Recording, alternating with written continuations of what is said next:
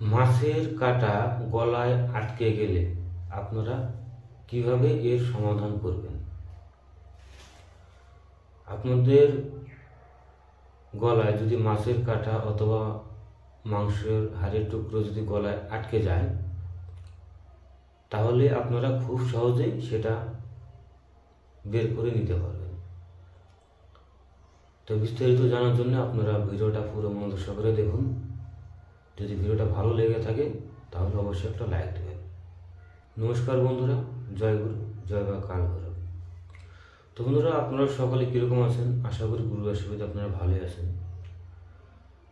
তো আজকে আপনাদের মাঝে এমন একটা বিষয় নিয়ে আলোচনা করব, সেটা যখন ছোট বাচ্চা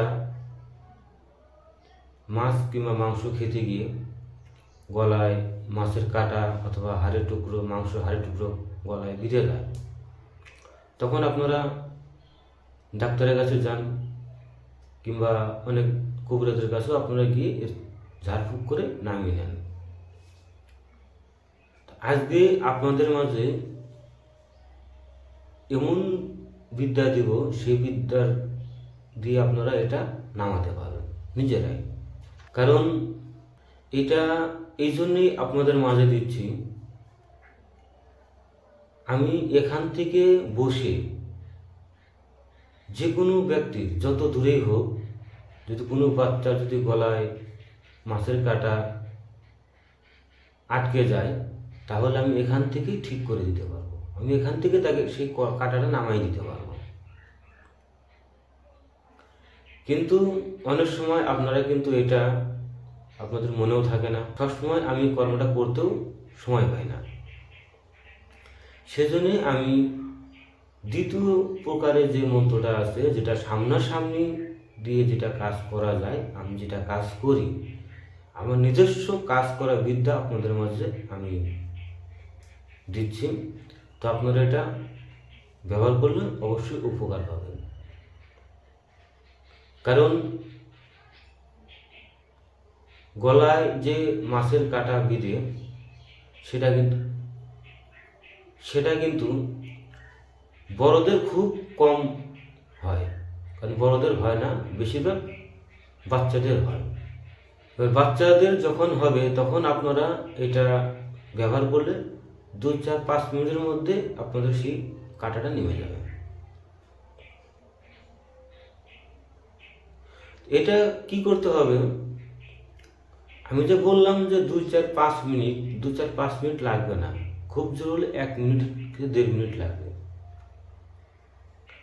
যে বাচ্চাটার গলায় মাছের কাঁটা হোক আর মাংসের হাড়ের টুকরো হোক গলায় বিঁধে গেছে, সেই বাচ্চাটার গলায় আপনি বাঁ হাত নেবেন, এরকম বাঁ হাতটা সেই বাচ্চার গলায় এইভাবে ধরবেন, চাপ দেবেন না, হালকা করে এরকম ধরবেন, আর একবার করে মন্ত্র বলে ফু দিয়ে এই হাতটা নিচ দিকে এরকম নামিয়ে দেবেন।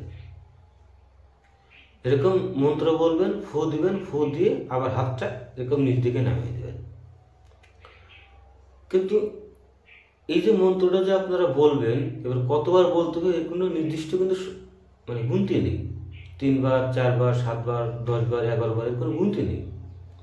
আপনারা মিনিটখানি এরকম ঝাড়তে থাকুন। আপনারা ঝাড়তে দেখবেন যে সেই কাঁটাটা অটোমেটিক নিচে নেমে গেছে। যে বাচ্চার গলায় কাঁটা ফুটেছিল সে বাচ্চা দেখবেন আরাম হয়ে যাবে। তো এটা আমি এই জন্য দিচ্ছি যে যেসব বাচ্চাদের এটা হয়, তারা খুব কষ্ট পায়, সেই জন্যে আপনারা এটা সহজেই করতে পারবেন।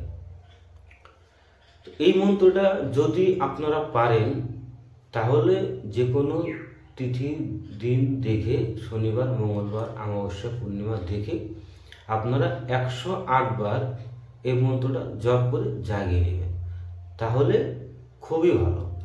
আর যদি আপনারা নাও জাগান, আপনি ভিডিও দেখে মন্ত্র সঙ্গে সঙ্গে বললেও এটার কাজ করবে। তো মন্ত্রটা যেটা আপনাদের ব্যবহার করতে হবে সেটা আমি বলছি, গঙ্গা যমুনা ত্রিবেণীর স্মরণে ধর্মের আজ্ঞায় গলার কাটা নামে। আমি আবারও বলছি, গঙ্গা যমুনা ত্রিবেণীর স্মরণে ধর্মের আজ্ঞায় গলার কাটা নামে। তো আপনারা এই মন্ত্রটা ব্যবহার করবেন। ব্যবহার করার আগে আপনারা এই মন্ত্রটাকে সিদ্ধ করে নেবেন। তো আপনারা ভালো থাকুন, সুস্থ থাকুন, দেখা হবে পরবর্তী ভিডিওতে। জয় গুরু, জয় বাবা কালগুরু।